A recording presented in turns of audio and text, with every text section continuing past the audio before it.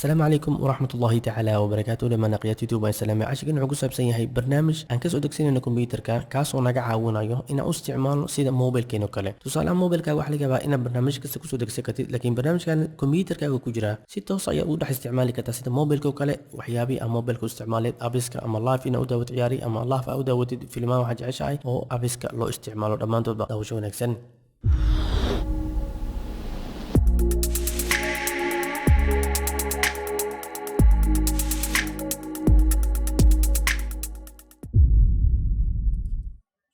kadibna waxaad sameynaysaa browserkaaga ayaad furanaysaa kadib markaa browserkaaga furtid waxaad tegaysaa bignogs.com ayaa leedahay descriptionka ayaad gelaysaa videoga ama sida ugu qoran tahay browserkaaga ku dhufo kadibna download ayaa leedahay versionka ugu dambeeyna ujeedaa 2016 November 24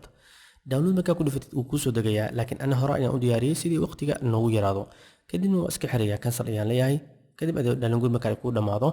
kadib waxaad leedahay double click ayaa leedahay kadibna okay ayaa leedahay sida u sii gudubtid yes marka dhahdid kadibna wuxuu ku leeyahay install ma u baahan tahay lagu shubo yes ayaan leenahay sida installka aan sii wadano sababtoo installka aan wadna uu dhamaan installkii kadib marka waqtiga uu soo yareyn laakiin waqti badan ayuu ka qaadanaya saas darteed waxaan leenahay start ayaan leenahay saa u bilowno sababtoo aniga waxaan u soo yareynay inuu waqtiga yaraado ardayna ka faa'iideysto waqti badan insa ka dhamaan kadibna applicationkii wuxuu sameynayaa inuu waqti badan qaadato waxa laga yaabaa inay 30 iyo dhowr daqiiqo kugu qaadato waxaa loo baahan yahay sabar badan batisid kadibna yes okay ayaa leedahay kadib marka okay dhahdid waxaad ogaanaysaa sidan applicationka wuxuu ku tusayaa qaababkii aad u isticmaal lahayd kadibna nagasi ayaa leedahay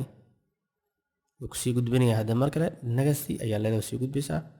kadibna wuxuu kugu soo baxayaa dhammaan sidii mobilkaagii kale inta ka dhex isticmaalaysid androidkii adoo ahaa google play storekii settingkii dhammaan application dham sidaas ayaad ku shuban kartaa mobilkaaga marka wuxuu ka caawinayaa waxa mobilkaaga ku ciyaarla game iyo waxa aad u isticmaalid ayaa inta ku isticmaali kartaa mobilkaagana safe ayuu ku yahay insha Allah bidna karimka faa'iideyso wanaagsan assalamu alaykum wa rahmatullahi ta'ala wa barakatuh jazakumullahu khairan